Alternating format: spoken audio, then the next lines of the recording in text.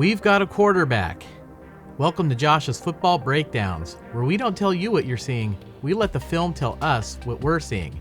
And what we saw on Sunday was a special player who still made some rookie mistakes. Here he checks into the wrong play on the first play of the game, and doesn't account for a free rusher. But to me, this is way more of a mistake on Tampa Bay's part.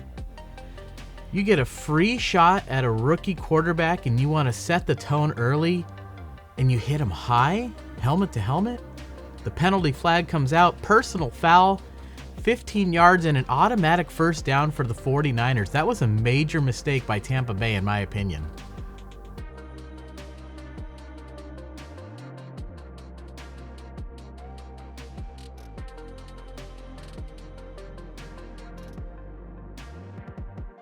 On the next play, he and Deebo Samuel aren't quite on the same page. Seems to me the young quarterback just needs to settle in a little bit. Now, a lot of people keep asking, why isn't Jordan Mason seeing the football field more in the early part of the game? And I keep saying he's got to learn all the blitz pickups and protection packages. What does that mean? Well, watch Christian McCaffrey on this play execute a very difficult blitz pickup coming all the way across. Boom, that is perfect.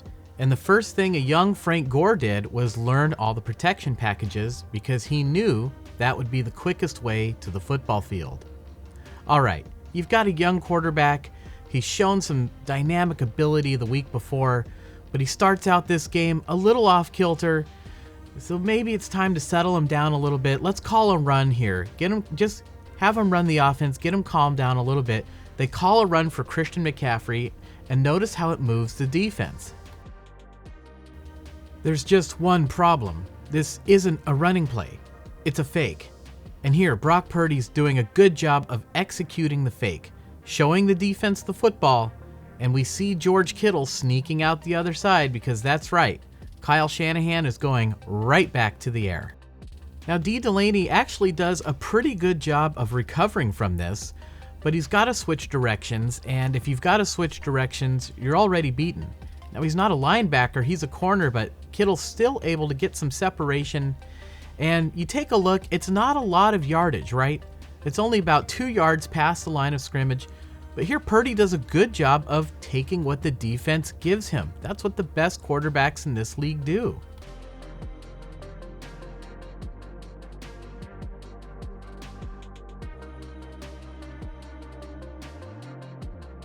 So they get the automatic first down with the penalty, then he misses Deebo, then he hits Kittle for a couple of yards, so now it's third down, and now he's got to deliver on third and long.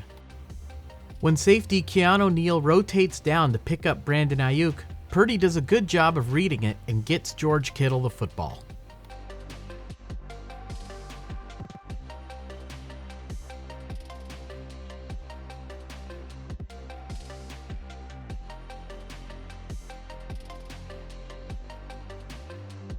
A little high, but Brock Purdy is settling right into this game.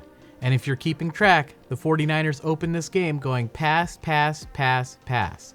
So it's no surprise here that when Purdy shows the football as if he's handing the ball off to Christian McCaffrey, the linebackers hesitate a little bit. They can't be too sure if it's run or pass. And when you hesitate, you become a spectator.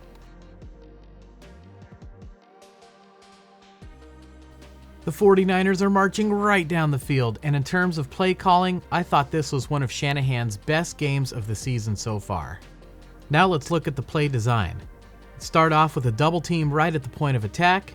Brandon Aiyuk chips and then heads downfield, and the 49ers don't pull any of the guards or tackles. Instead, they bring Kyle Juszczyk and George Kittle around. They're flexing their muscle a little bit early in this game.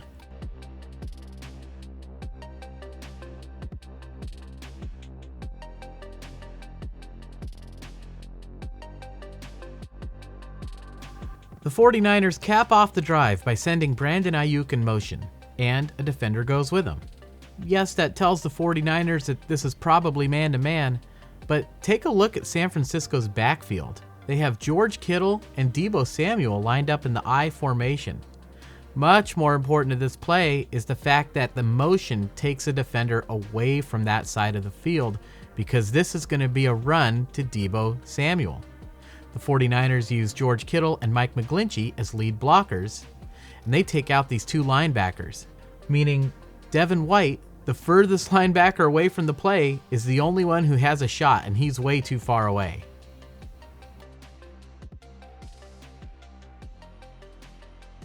He's not going to get there. It's a great play design and a touchdown for the 49ers.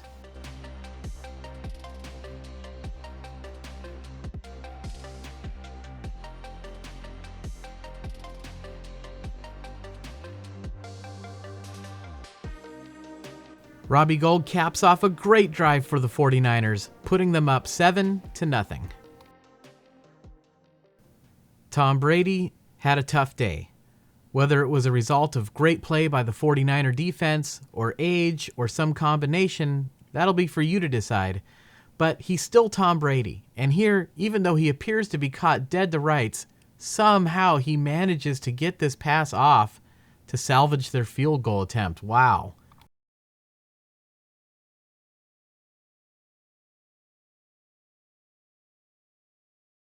I actually thought that his knee was down here, and I was really surprised that the 49ers did not challenge this, because it would have forced Tampa to punt instead of giving them a scoring opportunity. Now, interestingly enough, there was actually two Mr. Irrelevance in this game. The other one was Ryan Suckup, who misses the field goal wide right. Let's move ahead to Tampa's next drive. Here, Mike Evans comes wide open for a touchdown after a mix-up between Jimmy Ward and Talanoa Hufanga. And this is something that has crept up in the 49ers secondary over the last few weeks that they have to get ironed out. But take a look back at the pocket. You can see Jordan Willis raising his hand. He thought he should have had a sack on this play. And indeed, you see the flag come out for holding, and this play never happened.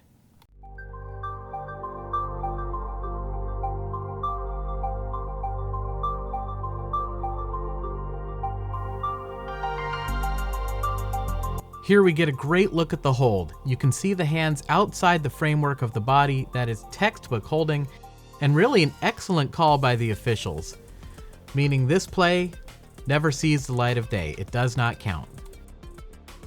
Alright, so the 49ers have the ball. They would like to add to their lead, but here we see William Golston has beaten Jake Brendel. But Brock Purdy stays calm, shows some nice mobility, and steps up in the pocket. And George Kittle comes off his block to catch a pass. And remember, that linebacker isn't really there.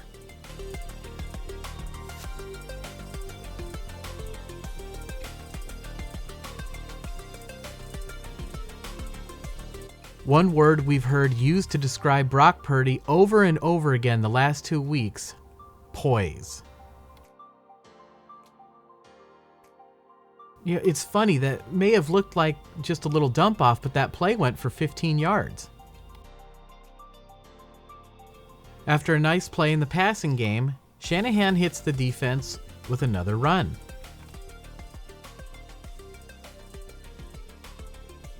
This running play is similar to the first one we looked at.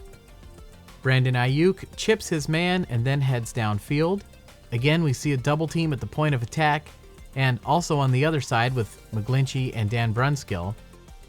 And once again, Kyle Juszczyk acts as a lead blocker, but this time the 49ers also send Trent Williams downfield. Again, they don't pull any of the guards or tackles. Now, as a result, they're not able to block everybody. Aaron Banks looks like he might have got over there eventually, but fortunately there's no need. Christian McCaffrey has excellent vision, and he sees the cutback lane.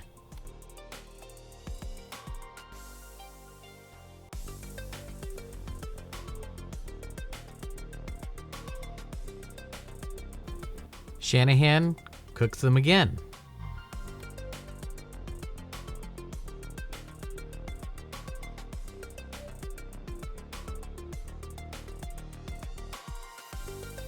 Once again, the 49ers send Trent Williams downfield. And to me, it seems like the linebackers are reacting look just a tad slow to this. Perhaps they're fearful of the cutback by Christian McCaffrey once again. But no, this play is specifically designed to go to the outside. It's a toss to the edge. And think about what the 49ers have been doing with Brandon Aiyuk on every running play we've looked at so far. Chip, then head downfield. Chip, then head downfield. But this time they bring him back to set the edge for Christian McCaffrey. If you're a subscriber to this channel, you know that each play that Shanahan calls builds off of the previous plays. And so far the run plays we've looked at are a good example of that. And of course, Tampa Bay is getting a little tired of it. So here they load up the line of scrimmage and send a blitz. But once again, Shanahan is a step ahead. He has the perfectly timed call of the wide receiver screen to Deebo Samuel.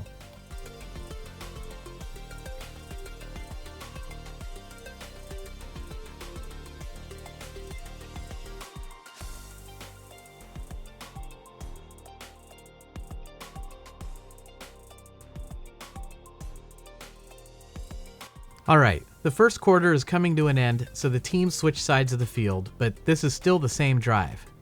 And on this play, Tampa Bay is the one that makes a good call on defense. All the receivers for the 49ers are covered. And to make matters worse, Carl Nassib is going to get around Mike McGlinchey. But once again, Brock Purdy stays calm, steps up in the pocket, and then he decides to keep going and he runs it in for a touchdown. Are you kidding me? Last week, he tried to escape out the back of a pocket and ran into a sack. This week, it looks like he's making a concerted effort to step up in the pocket, and it is paying huge dividends. Robbie Gould knocks this thing through, and the 49ers are up 2 scores on the Bucs now, 14-0. And the 49ers would get the ball back. Once again, the 49ers call a run fake. And to really help sell this fake, Mike McGlinchey blocks down to the inside. And the fake does move the defense, allowing Brock Purdy to roll out, and with the defense occupied with the run fake, hopefully open up a wide open Deebo Samuel. It's a good play to get Purdy an easy completion to Deebo. But there's just one problem. Joe Tryon-Shoyinka does a great job of staying home.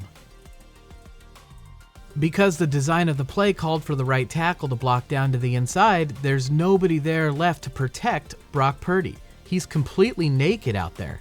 This is why the play is called the naked bootleg, and Joe Tryon has completely disrupted the play and appears to have a clean shot on Brock Purdy.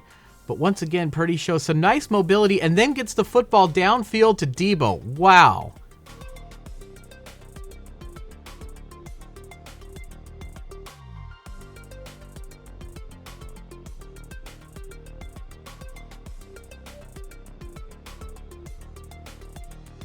It's another wow play from Purdy, and it goes down for a gain of 18 yards. Last week, we took a look at his quarterback sneak. Let's take another look again this week. And once again, we see it's pretty bad. He's way too high. He's got to get down low and get sideways and get those legs churning. Once again, he gets an assist, though, from Christian McCaffrey, which helps to make the play. A play that would have been illegal in decades past, but the rule has long since changed on that. Todd Bowles is seeing a rookie make plays he shouldn't be making, and the 49ers, for whatever reason, are marching down the field again and are threatening to score. The Bucs know they can't go down 3 scores against this defense. It's pretty much game over at that point, just like we talked about last week. So here, they go all in. They send a zero blitz, a 6-man blitz, and it is a zero blitz because the safety here is responsible for George Kittle if he comes out of the backfield.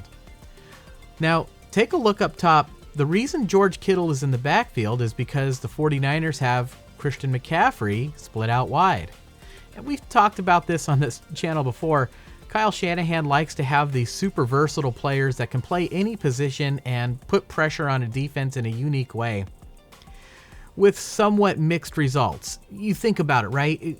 Who would you rather have out there, Christian McCaffrey or an actual wide receiver like Brandon Aiyuk? But here McCaffrey runs a great route. It's just a little stutter and go, and I've completely exaggerated this on the diagram, but watch McCaffrey just throw in a little bit of stutter and the defender completely bites on it, and Brock Purdy makes a great throw and it's a touchdown. Are you kidding me? Is this rookie for real?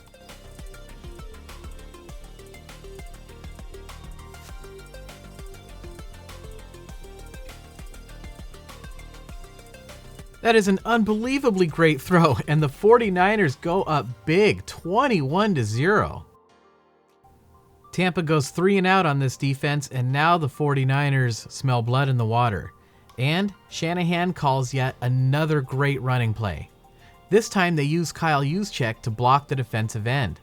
Brandon Aiyuk comes over and throws another great block on the linebacker. Brandon Aiyuk has been doing some tremendous blocking in this game. And finally, Trent Williams pulls to the outside and bears down on this poor defender, and Christian McCaffrey runs right through him. And if you're thinking Christian McCaffrey has had a huge day running the football, you'd be right. He averaged 8.5 yards per carry in this game.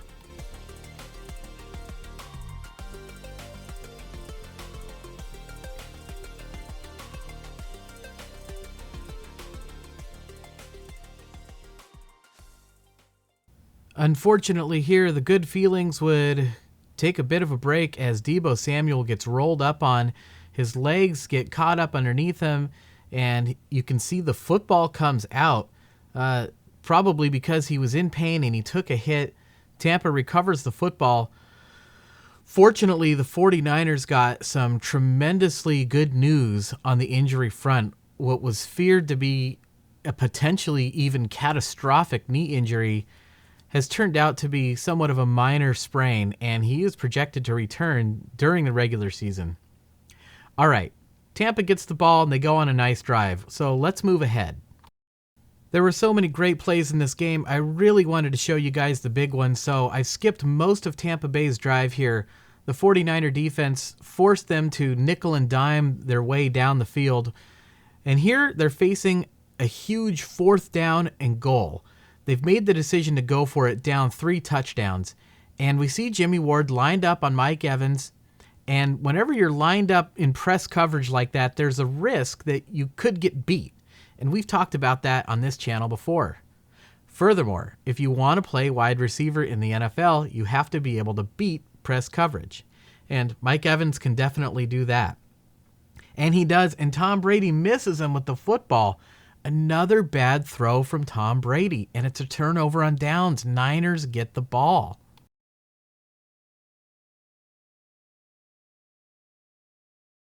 So at this point, there's only about a minute and a half left in the half. So the 49ers would like to go downfield and get some points. They put Kyle Juszczyk in motion, and nobody goes with him. The Bucs are in a zone. They know that the 49ers are in a passing situation here. Brandon Aiyuk runs right through the zone. Jamel Dean lets him run right by because he's got Kyle Juszczyk, the motion man, coming into his zone. So he passes him off to the safety. And we can see the safety giving Aiyuk a lot of space. He's the last man back there, the last line of defense. The worst thing Tampa could do is give up a long bonehead touchdown right at the end of the half to Brandon Aiyuk. Brandon Aiyuk takes the space the defense left behind, and Purdy makes a great throw to get him the football.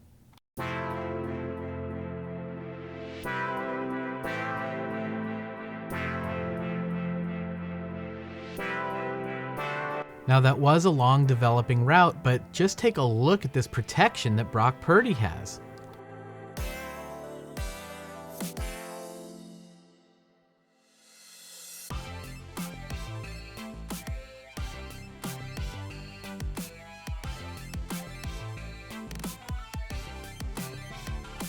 Brock Purdy continues carving up the Bucs' zone defense.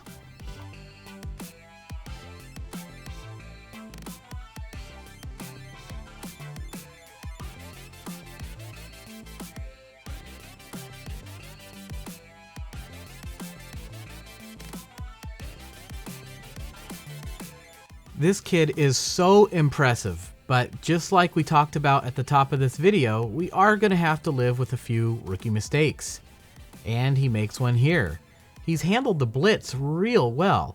But on this play, the Bucs surprised the 49ers by only rushing 3 and dropping a couple of people back into coverage. But we can also see that Jauan Jennings is being yanked down on this play. This would be called for holding and would give the 49ers an automatic first down, meaning this didn't happen.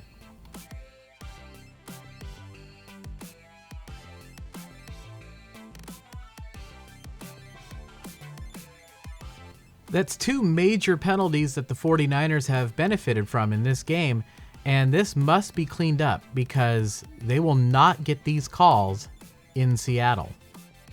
So what do you do on the next play? Clearly the kid's just thrown a big interception. He was bailed out by a penalty, so you call something easy to calm him down, settle him down a little bit, right? Nope. Shanahan takes to the skies. He comes up with the perfect play call of the slant and go to Brandon Aiyuk, and it completely burns the Bucs defense. This was once again the perfect play call by Kyle Shanahan. And you know, all plays succeed on the blackboard, but men make them work. Watch this route by Brandon Aiyuk.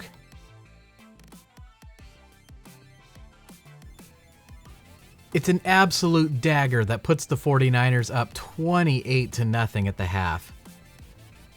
And check out Brock Purdy stand in the pocket and take this hit. And he still delivers Aiyuk the football. What were we saying about not getting burned for a long touchdown by Brandon Aiyuk right before the half? Let's move ahead to the third quarter. Now, on this play, something significant would happen. We're going to zoom in. Right there, Tom Brady hits his hand on the helmet of Samson Ebukam, probably around the speed of about 60 miles an hour. That's a serious injury to his hand. He was able to continue playing, but I wonder if it affected his play. Case in point, this was the very next play. Here, Brady has a man coming open, but he misses him high, and the pass is picked off by Tashawn Gibson.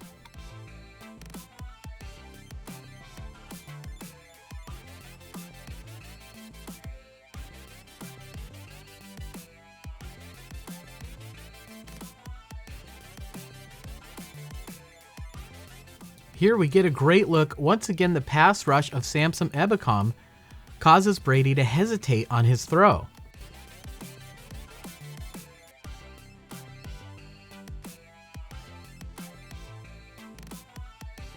Great run back by Gibson too.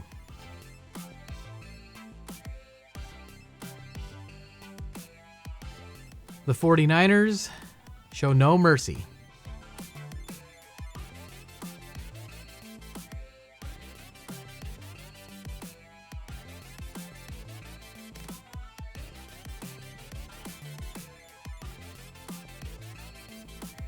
This is a play we've already looked at with Kyle Juszczyk and George Kittle coming around.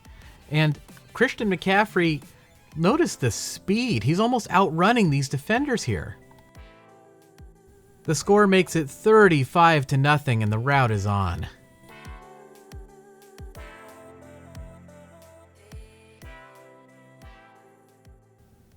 Tom Brady is still Tom Brady. He'll keep fighting to the very end. That much you can count on. This play starts with 12 defenders on the field. You can see one of the defenders desperately trying to get off, and you can see the coaches freaking out on the sideline. But he would get off the field before this ball was snapped. And it's a good thing because check out what happens next. Once again, Brady spots an open man, but he's going to have to get this ball up and over the linebacker, Dre Greenlaw. And this time, it's the pressure of Kerry Hyder in Brady's face. And he doesn't get the ball up, and Greenlaw tips it to himself and comes down with the interception. Wow. What do you guys make of that? Is that Brady's age? Is his hand injury a factor?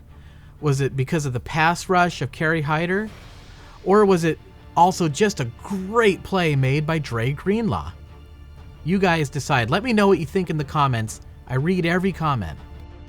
All right, Brock Purdy would only throw 2 more passes after this point, and the Bucs would end up scoring a touchdown in garbage time. But what I really want to show you is this 4th down play by the 49ers at the end of the game. They're just outside of that 2-minute window where they can kneel down on the ball. So there's a couple of different ways you can approach this. When you have a huge lead like the Niners do in the game, sometimes it's okay to simply kneel down on the ball on 4th down. Turn the ball over on downs, give it back to your opponent, who will then do the sportsman-like thing and kneel down on the ball in return. We actually looked at a game last year where the 49ers and the Rams did that. Here the 49ers decide to go a little bit of a different route, and they call a pass to try to pick up the 1st down. And it's Danny Gray I really want you guys to take a look at here, because I think that this is significant. First of all, let's talk about what the defense is doing. The defense is hanging back. They don't, if they guard the line to gain for the 1st down, Gray could just blow by him for a touchdown. I don't think the 49ers would exploit that. That would be unsportsmanlike, in my opinion. That would not be good sportsmanship. They wouldn't do that anyway. But the Bucs are not there to exploit that either. Those players are out there and the coaches are watching them. They want those players to play sound defense so they can evaluate them. So they're going to play this as if it's a normal part of the game. They're giving Danny Gray the correct amount of space to be safe. Danny Gray is wide open, and he makes a big catch. Now, I know he's wide open, but this is a clutch catch on 4th down at the end of the game. It's a great way for him to finally make his first catch, because guess what? He might be needed at the wide receiver position for a couple of weeks while Deebo Samuel is recovering. I thought this was a big play in the game, and I really wanted to show it to you guys. Well, what an incredible game from the San Francisco 49ers. In the first half, that offense really kind of shined, right? And the 2 most impactful players on offense were obviously Christian McCaffrey, 2 touchdowns, 1 huge receiving touchdown, 1 huge rushing touchdown, almost 120 yards rushing, I think, 8.5 yards per carry, just a monster game for McCaffrey. And then, of course, Brock Purdy, 3 touchdowns, 2 through the air, 1 on the ground. The kid looked absolutely incredible. He looked poised. He made plays with his legs. His footwork is really, really good. He didn't get rattled when he made mistakes. And for a rookie, that is really impressive. We're going to have to live with some of the rookie mistakes, as we've seen on the film a couple weeks in a row now. He's been the beneficiary of some penalties. These are some things that are going to have to get cleaned up, ironed out. But for now, it looks pretty good. I'm not going to anoint him yet. If you want to crown him, crown him. But we'll talk about that in a little bit, because the other skill players for the 49ers were also absolutely outstanding, right? George Kittle had some big catches. Brandon Aiyuk, only 2 catches, but 2 very big catches. The one on the drive, right before the end of the half. And then, of course, on that same drive, the touchdown where he absolutely burned the defense with the little slant and go there. And Brock Purdy hit him with the touchdown. And, of course, Deebo Samuel, the big rushing touchdown in the first quarter to the edge. And what a tremendous game for the 49er offense. They just cooked the Bucs and then shut it down in the second half. Obviously, the injury to Deebo is a major concern, but we got some very, very fortunate injury news on that front. He's going to be back even before the playoffs. During the regular season, they're saying he just needs a couple weeks off. And huge sigh of relief there. I think everybody is thrilled. This offense is on fire, and we're approaching the end of the season. It's crunch time, and really, when you're trying to win these games late in December, it helps when you have the number 1 defense in the NFL that played great again, right? No sacks on the day for either team, although the Niners really got close. I think they had one on Tom Brady. If the 49ers had maybe chosen to challenge that play, they didn't. That's up to them. But we got to talk about the linebacker play too, because I don't think we've done that enough on this channel. Fred Warner, Azeez Al-Shaair, and Dre Greenlaw. He's just been playing great, especially the last few weeks. Huge day today. Tipped that ball up and made the interception. What a great play that was. Just completely shut down any last tiny little hope that Tom Brady and the Bucs had. And I really don't know what to make of Tom Brady. You know, is this it? Is this finally the end where we finally see age take its toll? Father Time is undefeated. But every time we've maybe thought that or speculated about that in the past, it hasn't come to fruition. He's found a way to keep persevering through that. Will he return next year? So many questions. Just not a great day for Tom Brady. All right, let's talk about what the 49ers have ahead now, because the Seattle Seahawks suffered what I can only imagine is a terribly disappointing loss to the Carolina Panthers on Sunday. That's a disappointing loss if you're Seattle. You had dreams of winning the NFC West. You're only a game behind San Francisco. You just got to take care of the Panthers at home real quick, and then you can play the Niners on Thursday night, beat them, and then you're in a tie for first place, and you can maybe just try to outrun them to the end. Who knows? But then to drop that game at home against the Panthers, this is back-to-back home losses for the Seahawks now, because they lost to the Raiders at home 2 weeks ago. It's unbelievable to me. You got to take care of business at home, especially against some of these weaker teams. Carolina ran all over the Seattle Seahawks. So what does that mean for San Francisco? Is San Francisco going to be able to waltz in there and get that win? Because if they do, the Niners will win the NFC West and clinch no lower than the 3rd seed on Thursday. Huge stakes in that game. And of course, if the Seattle Seahawks lose that game, they will probably be knocked out of the playoffs, out of playoff contention. Most likely. It will still come down to those last few games, but they will be way, way behind some of the other teams in the hunt at that point.